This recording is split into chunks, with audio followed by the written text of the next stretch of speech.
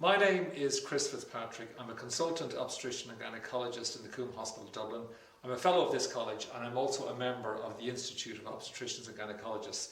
And I'm here at the RCPI in Kildare Street to talk about Napoleon's toothbrush. This is the centrepiece of a really interesting collection of memorabilia that relate to Napoleon Bonaparte that the Heritage Centre have here. And before talking about the toothbrush, I feel I have to explain the many personal reasons why I've actually chosen this item above everything else in the display to talk to you about tonight. So Napoleon and myself go back a long way. One of my earliest memories is my dad bringing me up to the Phoenix Park and showing me the Wellington Monument and telling me all about Napoleon and the Duke of Wellington and the Battle of Waterloo. Back in the day at school we learnt all about Napoleon and how he met Wolfe Tone, and after Wolfe Tone's death how he arranged for his wife Matilda to have a pension. For many years I was an altar boy in Church Street in the centre of Dublin City, and I served the Mass on many occasions for a Capuchin friar who had been a chaplain on St Helena's Island. Although he hadn't never seen the ghost of Napoleon, he did actually experience his presence according to himself. So that certainly would have fired my imagination as a boy. Napoleon came back into my life as a young man. This is a portrait, a contemporary portrait of Napoleon that for many years hung in the study of my father-in-law. And when I used to visit the house long before I became a son-in-law and would be alone with him waiting for my prospective wife to make her appearance, and when we'd run out of conversation, the Emperor Napoleon Bonaparte, given our mutual interest, was the go-to person to reboot the conversation. So I've always felt a little bit of a debt of gratitude to Napoleon Bonaparte. There's also a tenuous obstetrical connection to Napoleon. Many of you will have known Dr. Hubie O'Connor, who for many years was a consultant obstetrician and gynaecologist at Mount Carmel. And Hubie wrote a fascinating book and published it in 2008 entitled The Emperor and the Irishman.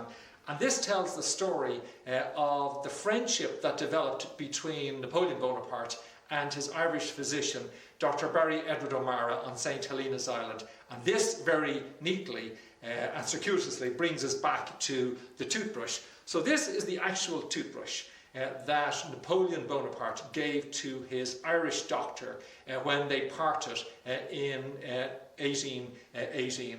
And the back story to this is that Napoleon, after Waterloo, was imprisoned out on St Helena's Island, which is in the middle of nowhere in the South Atlantic. The Admiralty appointed Dr. Barry Edward O'Mara, who was an army surgeon and who had studied medicine in Trinity and the RCSI, and they appointed him as Napoleon's physician, and he agreed to take up the post on the understanding that he would not be expected to spy on Napoleon. And over the period of 3 years between 1815 and 1818, in social isolation in the middle of nowhere, the two men developed a very close friendship. The friendship was such that the Admiralty became very suspicious of O'Mara's loyalties, and they actually dismissed him from his post and sent him back to England. Before he left, and Napoleon at this stage had been divested of all of his wealth and many of his possessions, gave a number of gifts to his physician and friend before he left, as a token of their friendship and as a token of what O'Mara had done for him as a doctor during their period of time there.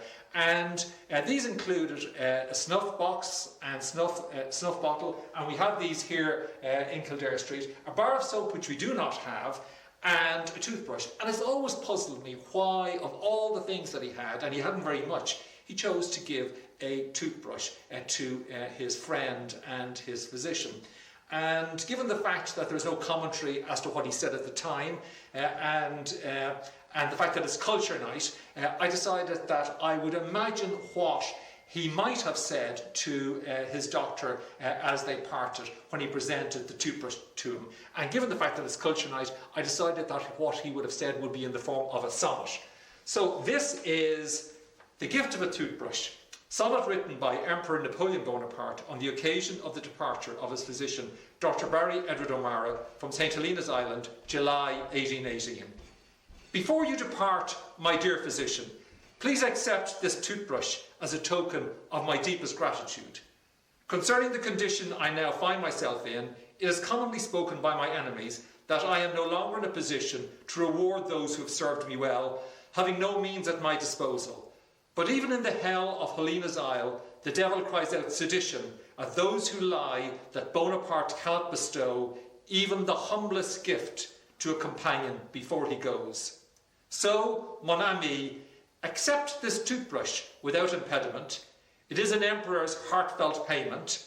Like you, this instrument once brought a smile to my face. To smile at iniquity is perhaps the greatest grace.